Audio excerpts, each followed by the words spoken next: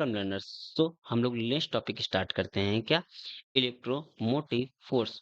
तो basically electromotive force होता क्या है? Means the potential difference across the terminal, यानी potential difference across the terminal of the cell when it is not giving any current is called the EMF of the cell. यानी potential electromotive force EMF क्या होता है? ये maximum potential होता है किसी भी सर्किट का। ये मैक्सिमम पोटेंशियल होता है। The energy is given by the cell in the flow of a unit charge in the whole circuit. यानी पोटेंशियल डिफरेंस में याद रखिएगा, पोटेंशियल डिफरेंस में हम एक पॉइंट से दूसरे पॉइंट तक यूनिट चार्ज को ले जाने में जो वर्क डन करते हैं वो हमारा होता है पोटेंशियल डिफरेंस। लेकिन ईएमएफ में एक पॉइंट से दूसरे पॉइंट तक यूनिट चार्ज को नहीं ले जाया जाता है, इसको पूरे होल सर्किट में एक राउंड कंप्लीट किया जाता है यूनिट चार्ज को। तो जो उसमें वर्क डन होता है वही क्या होता है? हमारा ईएमएफ होता है। ठीक है, और ईएमएफ हमारा मैक्सिमम वोल्टेज होता है।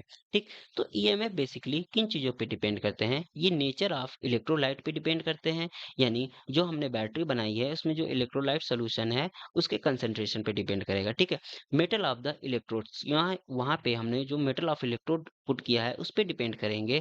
और ये किन चीजों पे डिपेंड नहीं करते हैं? ये एरिया ऑफ प्लेट पे डिपेंड नहीं करते, सॉरी, एरिया ऑफ प्लेट पे डिपेंड नहीं करते हैं, डिस्टेंस बिटवीन द इलेक्ट्रोड पे डिपेंड नहीं करते हैं, क्वांटिटी ऑफ द इलेक्ट्रोलाइट पे डिपेंड नहीं करते हैं, साइज ऑफ सेल पे ये डिपेंड नहीं करते हैं। अब यहाँ से टर्मिनल वोल्टेज की वैल्यू क्या होती है? When current is drawn through the cell और a current is supplied to the cell, then the potential difference across the terminal is called the terminal voltage. और इसको लिखते कैसे हैं? V equal to E minus I, और wait a minute, यहाँ पे are भी होगा, V माइनस आई और आर। ठीक है, ये हम इसको इस तरीके से लिखते हैं। सो यहाँ पे क्या है कि इंटरनल रेजिस्टेंस, अब यहाँ पे ये जो आर आया है मेरा, ये आर क्या है मेरा? Internal resistance. ठीक है, इंटरनल ये क्या है मेरा? रेजिस्टेंस। तो इसकी बेसिकली डिफिनेशन क्या होती है? इंटरनल रेजिस्टेंस होता क्या है, इसको यहाँ पे समझेंगे हम लोग। जो इंटरनल रेजिस्टेंस होता है वो इलेक्ट्रोलाइट, जो हमारा सॉल्यूशन था, इलेक्ट्रोलाइट जो सॉल्यूशन हमने रखा था, तो उसके द्वारा जो रेजिस्टेंस ऑफर्ड किया जाता है, ठीक वही हमारा रेजिस्टेंस क्या होता है? इलेक्ट्रोलाइट, सॉरी, इंटरनल रेजिस्टेंस होता है। ठीक, यानी the resistance offered by the electrolyte solution is known as internal resistance. ये क्या करता है? ये फैक्टर पे डिपेंड करता है, ये हमारा कुछ फैक्टर्स पे डिपेंड करता है। पहला फैक्टर क्या है? यदि हम डिस्टेंस बढ़ाए इलेक्ट्रोड्स की, इंक्रीज करें तो हमारा आर इंक्रीज होता है। ठीक है, यदि हम एरिया इंक्रीज करें तो हमारा आर डिक्रीज होगा।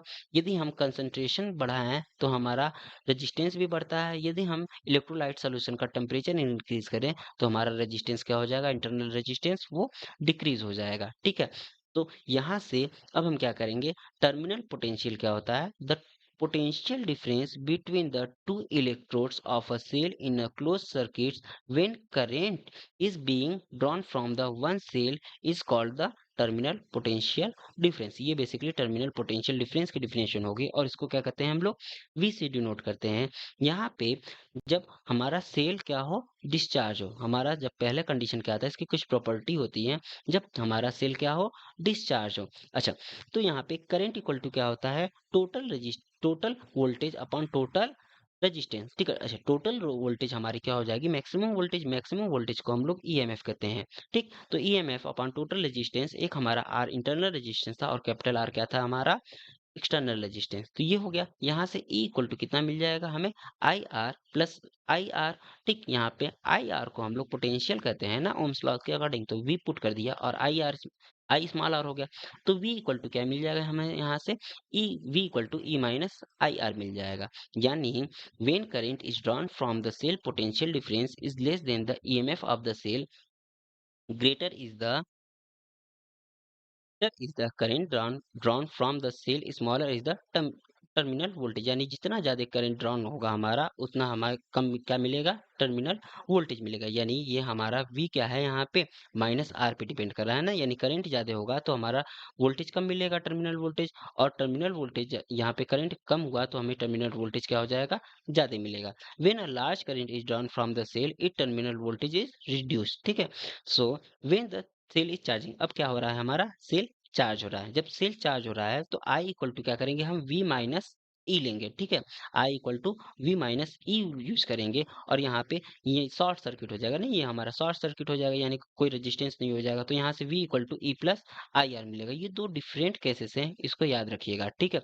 यानी V equal to E plus I R जब हमारा क्या हो, साथ सेल क्या हो, चार्ज हो रहा हो, ठीक है। और V equal to E minus I R जब हमारा सेल क्या हो, डिस्चार्ज हो रहा हो। तो ये दोनों चीजें इंपॉर्टेंट है, ठीक। यहाँ से क्या हो जाएगा, ओपन सर्किट के लिए हमारा रेजिस्टेंस कितना हो जाएगा, R इक्वल टू इनफाइनाइट हो जाएगा।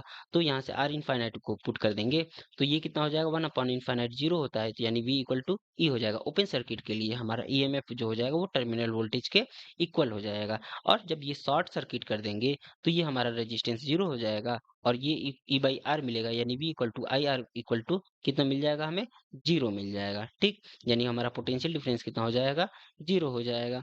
सो यहाँ पे कॉम्बिनेशन देखते हैं हम लोग कि सीरीज कॉम्बिनेशन में सेल का कॉम्बिनेशन क्या हो जाएगा। और वेट अ मिनट, लेट से यहाँ पे क्या है हमारा इंटरनल रेजिस्टेंस, तो इंटरनल रेजिस्टेंस क्या है, सीरीज में जुड़े हुए हैं ना।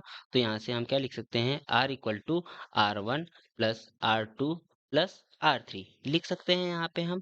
और यहाँ पे EMF इक्विवेलेंट EMF क्या लिख सकते हैं, E इक्वल टू, अच्छा ये सेम डायरेक्शन में है, जब ये अपोजिट डायरेक्शन में हो, यदि यहाँ पे ये क्या है सेम डायरेक्शन में है ना, तो हम क्या लिखेंगे easily E1 plus E2 plus E3 लिखेंगे, ठीक है। लेकिन ये अपोजिट डायरेक्शन में हो, जो हमारा सेल अपोजिट डायरेक्शन में हो जाएगा उसको हम क्या करेंगे, माइनस में लिख लेंगे, ओके।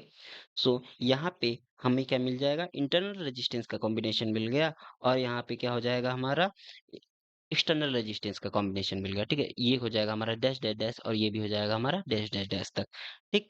तो यहाँ से हमें कितना मिल जाएगा, यहाँ पे हमें कितना मिल जाएगा, यहाँ पे हमें मिलेगा कितना, करंट आई इक्वल टू कितना होता है हमारा, total E upon total potential divided by total resistance R net and plus R हो जाएगा, ठीक।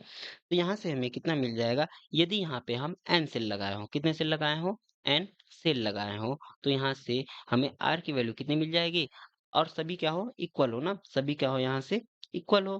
तो यहाँ से हमें कितना मिल जाएगा, आर इक्वल टू, अच्छा पहले इन जनरल केस के लिए देख लीजिए, इन जनरल केस के लिए कितना हो जाएगा यहाँ से हमारा, इन जनरल केस के लिए हमें कितना मिल जाएगा, इन जनरल केस के लिए हमें I equal to E naught upon R plus E naught, यानी ये कितना हो जाएगा हमारा ई, वेट अ मिनट, हाँ, यदि एन सेल लगे हो ना, तो ठीक है, एन सेल के लिए देख लीजिए, एन सेल के लिए हमारा कितना हो जाएगा यहाँ से, आर की वैल्यू कितनी हो जाएगी, और सभी में आर वन आर आर लगा हुआ है, तो ये कितना हो जाएगा मेरा एन आर हो जाएगा, और ई की वैल्यू कितनी हो जाएगी, ई नेट की value N E, R net की वैल्यू एन आर हो जाएगी, और ई नेट की वैल्यू कितनी हो जाएगी हमारी एन आर हो जाएगी, ठीक है। तो यहाँ से हमें कितना मिल जाएगा, एन एन ई ना, तो ये कितना हो जाएगा हमारा N E divided by N R plus capital R, ठीक, ये मिल जाएगा हमें। और इन जनरल केस के लिए मैं बता दे रहा हूँ, ठीक है। तो इन जनरल केस के लिए हमारा जो ई नेट होता है, ई इफेक्टिव वो कितना होता है, ई इफेक्टिव ये होता है हमारा E1 plus E2 plus dash dash dash dash, ठीक, ये होता है हमारा। और आर इफेक्टिव की वैल्यू कितनी होती है, R1 plus R2 plus dash dash dash dash, यहाँ हमने निकाला है, ठीक है। तो ये इन जनरल केस के लिए हो जाता है, ठीक। लेकिन यदि ये एन सेल हो और सभी में क्या हो हमारे सेम रेजिस्टेंस और सेम हमारे ईएमएफ पुट किए गए हों, तो उसके लिए ये केस बनता है, ठीक है। तो यहाँ से हमारा क्या हो जाएगा, यहाँ से हमें मिल जाएगा कितना, यहाँ से हमें आई इक्वल टू कितना मिल जाएगा, N E upon N R, ठीक। यहाँ पे केस अप्लाई करते हैं, पहला केस क्या है कि जब हमारा जो आउटर रेजिस्टेंस है वो ग्रेटर ग्रेटर देन हो किसके, स्मॉलर रेजिस्टेंस से, तो हमें आई की वैल्यू कितनी मिल जाएगी, ये तो हमारा निगलेक्ट हो जाएगा है ना, तो यहाँ से N E divided by capital R मिलेगा, ठीक। दूसरा केस क्या है इसमें, दूसरा केस है जब हमारा इंटरनल रेजिस्टेंस की value greater greater greater than हो किससे, कैपिटल आर आउटर रेजिस्टेंस से, तो यहाँ से आई की वैल्यू कितनी मिल जाएगी, यहाँ पे आई की value E by small R मिल जाएगी, ठीक। अच्छा इसमें से कौन सा इफेक्टिव होगा, यहाँ पे ये वाला पहला वाला कंडीशन ज्यादा इफेक्टिव होगा, क्योंकि हमें इसमें एन टाइम्स ज्यादा ग्रेटर देन करंट मिलेगा, ठीक है। सो यहाँ पे अब हम क्या करते हैं, पैरेलल के लिए सॉल्व करते हैं। यहाँ पे पैरेलल कॉम्बिनेशन के लिए सॉल्व करें, पैरेलल कॉम्बिनेशन के लिए जो हमारा 1 अपॉन आर इफेक्टिव ये पैरेलल में जुड़ा हुआ है ना, तो 1 अपॉन आर प्राइम की वैल्यू कितनी हो जाती है? 1 upon R one plus 1 upon R two plus 1 upon R three dash dash dash dash. ठीक है। अच्छा, इसके लिए हम इफेक्टिव जल्दी नहीं निकाल पाते हैं, तो इसके लिए इफेक्टिव अपॉन आर इफेक्टिव की वैल्यू ही निकाली जाती है, और इसकी वैल्यू कितनी होती है? Effective E one upon R one plus E two upon R two plus E three upon dash dash dash, ये आगे ऐसे ही बढ़ता जाता है। ठीक। यदि लेट से यहाँ पे कितने हैं resistance, total M resistance parallel में जुड़े हो, तो यहाँ से कितना हो जाएगा हमारा? यहाँ से हमें मिल जाएगा आई इक्वल टू कितना मिल जाएगा हमें? आई इक्वल टू कितना होता है? ई। अच्छा, पैरेलल में सभी का पोटेंशियल तो सेम होगा, इसीलिए नेट ई नेट, अच्छा यहाँ पे लिख लेते हैं ई नेट अपॉन कितना हो जाएगा? R net and plus capital R. तो यहाँ से ई नेट की वैल्यू तो ई ही होगी, क्योंकि पैरेलल कॉम्बिनेशन में हमारे क्या होते हैं? सभी इक्वल होते हैं। ठीक। यहाँ पे आर नेट की वैल्यू कितनी आ जाएगी? यहाँ से कैलकुलेट करें तो 1 अपॉन आर की वैल्यू कितनी आ जाएगी? यहाँ से एम बाई आर आ जाएगी। ठीक, wait a minute, M by R आ जाएगी। तो यहाँ से हम क्या लिख सकते हैं? E is divided by M by R and plus capital R. तो इसकी वैल्यू कितनी हो जाएगी? वेट अ मिनट, यहाँ पे आर की वैल्यू कितनी हो जाएगी? आर बाई एम ना, तो यहाँ से आर बाई एम लिखेंगे ना यहाँ पे, आर बाई एम। ठीक है। तो यहाँ से कितनी हो जाएगी? ये M E divided by R plus M R हो जाएगा, यानी ये इसकी वैल्यू आई की आ गई यहाँ पे हमारी। ठीक। यहाँ पे जब आई की वैल्यू आ गई तो केस अप्लाई करते हैं। पहला केस क्या है? जब हमारा R is greater greater than हो किससे? स्मॉल आर से। तो यहाँ पे आई की वैल्यू कितनी मिल जाएगी? यहाँ से हमारी ई बाई आर मिल जाएगी ना, ई बाई आर मिल जाएगी। ठीक। और दूसरा कंडीशन अप्लाई करते हैं यहाँ से, second condition, R is less than capital R है, तो यहाँ से हमें आई की वैल्यू कितनी मिल जाएगी? एम ई बाई आर मिल जाएगी, यानी इसमें इफेक्टिव यहाँ पे एम ई बाई आर मिल जाएगी, यानी इसमें इफेक्टिव कौन सा हुआ? सेकेंड कंडीशन इफेक्टिव हुआ, यानी हमारा इंटरनल यहाँ पे outer resistance, wait a minute, यहाँ पे दोनों एक ही तो हो गया, यहाँ ये ग्रेटर देन होना चाहिए ना, यानी हमारा जो इंटरनल रेजिस्टेंस होना चाहिए वो ग्रेटर देन कैपिटल आर से होना चाहिए। ठीक। और हमारा जो सीरीज कॉम्बिनेशन में था वो कब इफेक्टिव होगा? जब हमारा outer resistance greater than internal resistance होगा, तब ये इफेक्टिव होगा। ठीक, दोनों में डिफरेंस है। सो यहाँ पे अब हम क्या करेंगे?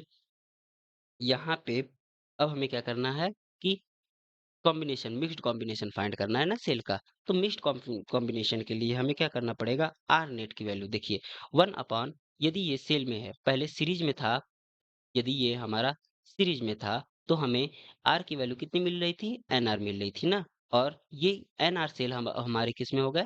पैरेलल में हो जाएंगे। तो ये कितना मिल जाएगा? 1 upon R equal to 1 upon R prime equal to, यहाँ पे हो जाएगा 1 upon N R plus 1 upon N R, ऐसे ही ये बढ़ता जाएगा।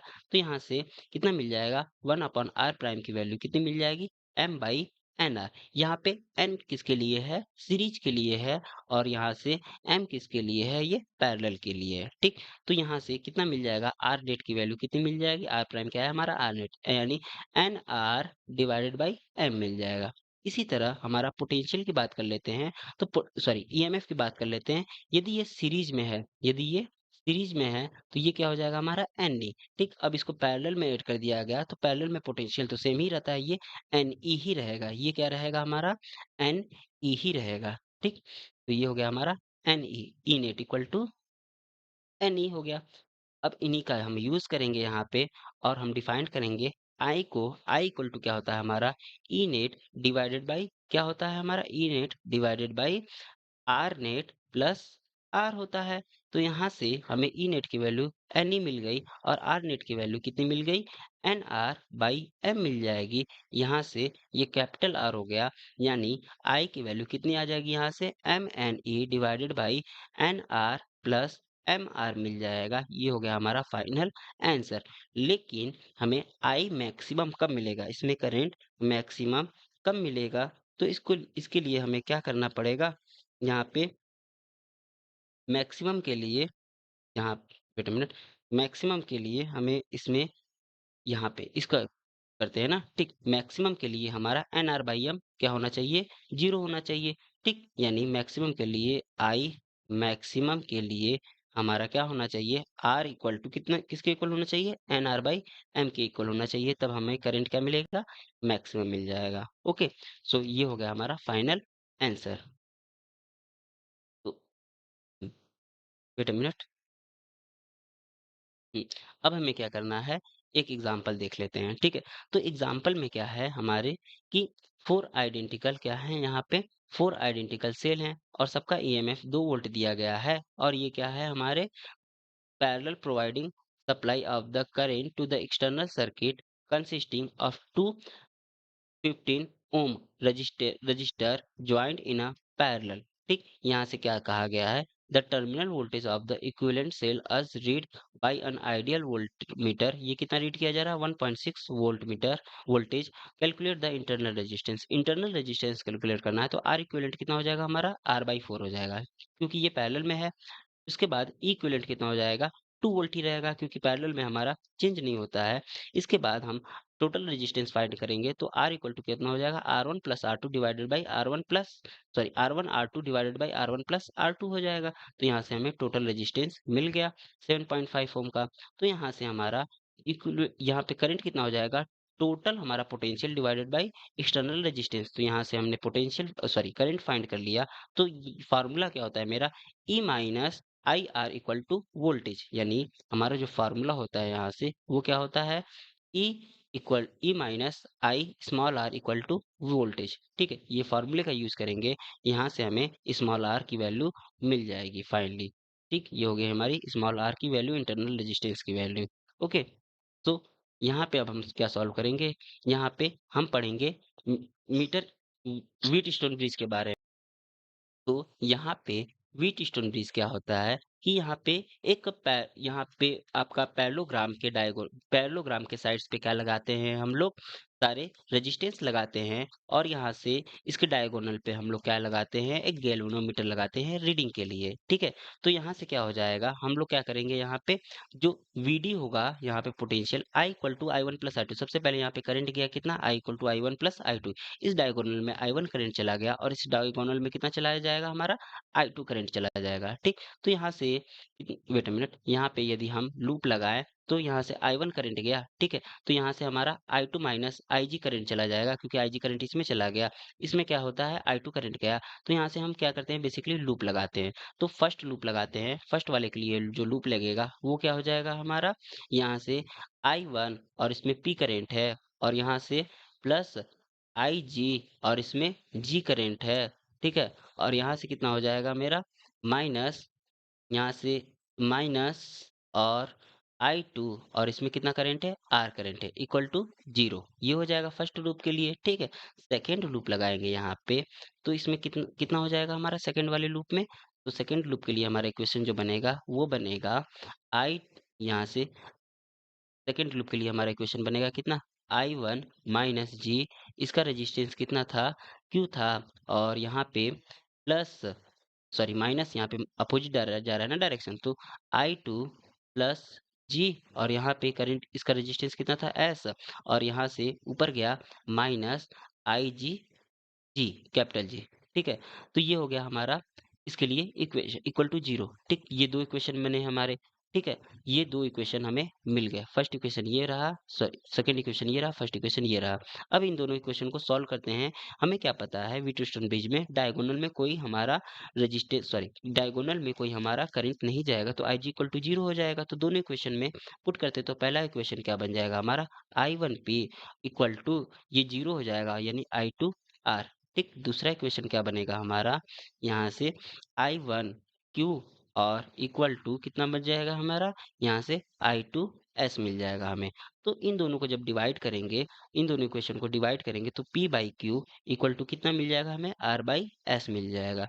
यही चीज आपको सॉल्व की गई है यहीं पे। ठीक, ये हो गया इसका मैथमेटिकली टर्म, यहाँ पे डायरेक्ट सॉल्व किया गया था। ओके, सो ये हो गया हमारा फाइनल आंसर। यानी जो कंसेक्यूटिव सक्सेसर रेजिस्टेंस होते हैं उनका यदि रेशियो इक्वल है तो हमारे जो डायगोनल में है कोई करंट नहीं जाएगा।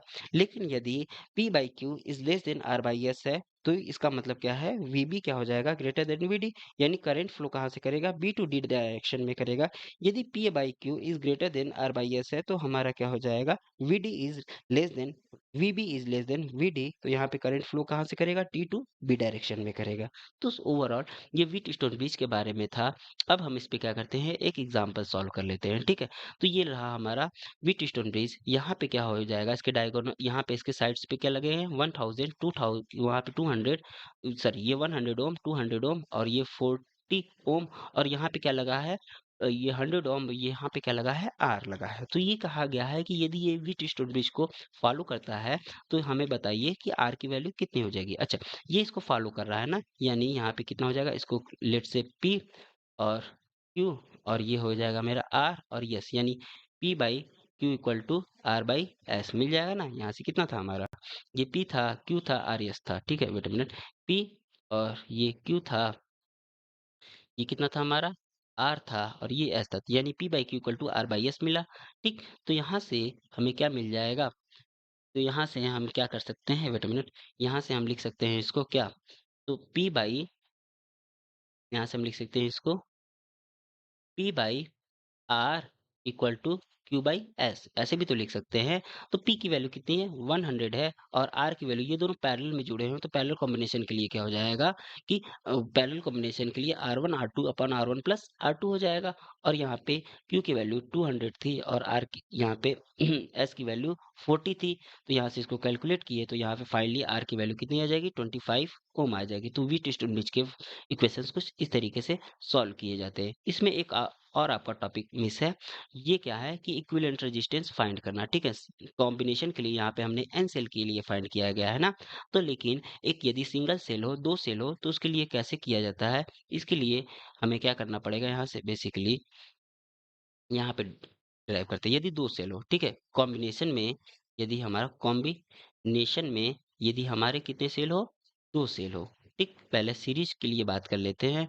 तो सीरीज की बात करें तो यहाँ से ये हो जाएगा हमारा ए, ठीक, ये पॉइंट ए है, यहाँ पे क्या है इसका इंटर, यहाँ पे एक हम लगाते हैं क्या, यहाँ पे हम लगाते हैं सेल ना।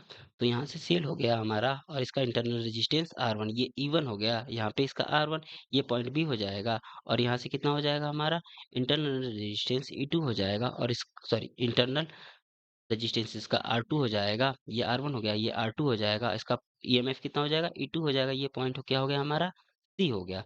तो इसको कैसे सॉल्व करेंगे, यहाँ पे यदि हम VAB की बात करें ना, तो VAB की बात करें तो ये कितना हो जाएगा हमारा, ये हो जाएगा हमारा I minus V equal to कितना होता है, E माइनस आई आर होता है ना।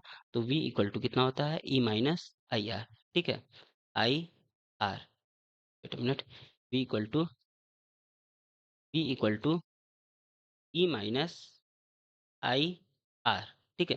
तो ये हो जाएगा, इसके लिए कितना है, E1 है, ठीक, यहाँ पे E1 है, और माइनस आई है इसके लिए। अच्छा, सीरीज में है तो करंट सेम होगा, और ये क्या हो जाएगा हमारा R1 हो जाएगा, ठीक। अच्छा, VAB को क्या लिख सकते हैं हम लोग, VA माइनस VB लिख सकते हैं, ठीक। यहाँ से अब VBC की बात करें तो VBC इक्वल टू कितना हो जाएगा हमारा, E2 माइनस आई R2 हो जाएगा। यहाँ से क्या करते हैं, हम इसको VB माइनस VC लिख लेते हैं। अब हम इन दोनों इक्वेशन को क्या करते हैं, ऐड कर लेते हैं, यानी VB से VB कैंसिल आउट हो जाएगा। यहाँ से क्या बन गया हमारा, E1 प्लस E2 मिल जाएगा, और माइनस I कॉमन हो जाएगा, R1 प्लस R2 मिल जाएगा हमें, और ये कितना हो जाएगा, VA माइनस VC, इसको क्या लिख सकते हैं हम लोग, VAC लिख सकते हैं, ठीक। तो यहाँ से हमें देखने को मिल रहा है कि हमारा VAC कंप्लीट सर्किट के लिए, मतलब यहाँ से AC सर्किट के लिए हमारा जो इफेक्टिव रेजिस्टेंस है, इफेक्टिव सॉरी, इफेक्टिव ईएमएफ है, वो कितना हो जाएगा, E1 प्लस E2 हो जाएगा। और यहाँ से हमें क्या मिल जाएगा, यहाँ से हमें इफेक्टिव रेजिस्टेंस की वैल्यू, इंटरनल रेजिस्टेंस की वैल्यू R1 प्लस R2 मिल जाएगी, यानी ये इसका कॉम्बिनेशन हो गया। और यदि हम इसकी पोलैरिटी चेंज कर दे तो यहाँ पे E1 माइनस E2 हो जाएगा, यदि हम E2 की पोलैरिटी चेंज कर दे तो यहाँ से हमारा E1 माइनस E2 हो जाएगा। अब बात आती है हमारी, इसी तरह हमें किसके लिए सॉल्व करना है, पैरेलल कॉम्बिनेशन के लिए ना। तो पैरेलल कॉम्बिनेशन के लिए सॉल्व करना है, लेट से ये हमारा क्या है, पैरेलल कॉम्बिनेशन, ये रेजिस्टेंस R1 हो गया, और इसका E1 हो गया ये, ठीक है। तो इधर क्या हो जाएगा हमारा, रेजिस्टेंस R2 हो जाएगा, और ये कितना हो जाएगा हमारा, E2 हो जाएगा, ठीक। और ये हो गया हमारा पोटेंशियल, V पोटेंशियल बैटरी से जोड़ दिया गया, ठीक, यानी ये कॉम्बिनेशन है ओवरऑल, ठीक है।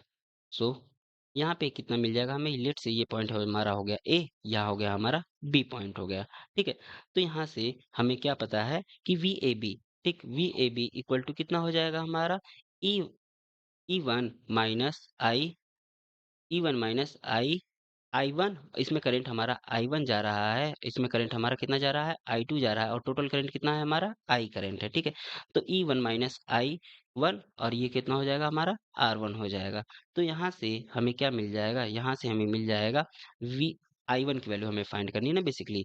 तो आई वन इक्वल टू कितना मिल जाएगा यहाँ से हमें, I one equal to V A B, wait a minute, यहाँ से कितना हो जाएगा, ये E one minus V A B divided by कितना मिल जाएगा, आर वन। ठीक है, अच्छा, यहाँ से सिमिलरली हमें आई टू की वैल्यू कितनी मिल, वी ए बी के लिए अब हम इसमें देखते हैं इस वाले में, तो V A B equal to E two minus I one I two R two. ठीक है, तो यहाँ से हमें आई टू की वैल्यू कितनी मिल जाएगी, E two minus V A B, और ये हो जाएगा हमारा डिवाइडेड बाई आर टू। ठीक, अब हमारा जो टोटल करेंट था आई था, ये कितना हो जाएगा, I one plus I two हो जाएगा, और यहाँ से हमें कितना मिल जाएगा, ये यहाँ से हमें मिल जाएगा I one plus I two ना, दोनों को ऐड करते हैं, यानी E one minus V A B divided by R one, और ये क्या हो जाएगा हमारा, plus E two minus V A B divided by R to.